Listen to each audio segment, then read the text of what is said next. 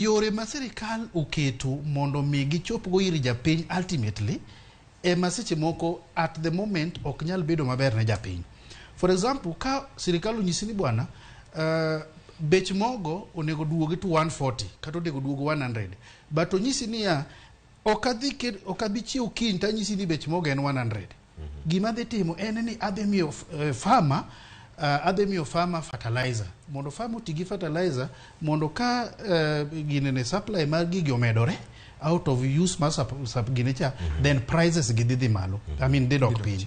Koro at the moment mimiyo supply, I mean farmer fertilizer cha japiny ok bineno ka gima gini dwa konye.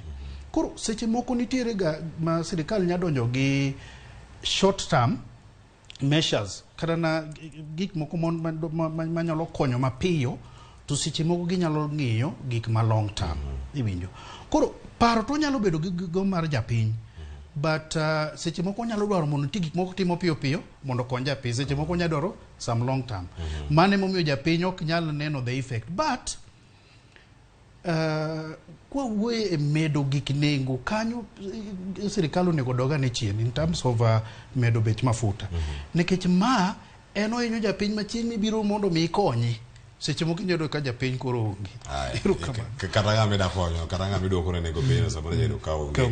Paro mar Daktari Otieno Panya kama ni kod studio ka okinyi ma kawuono.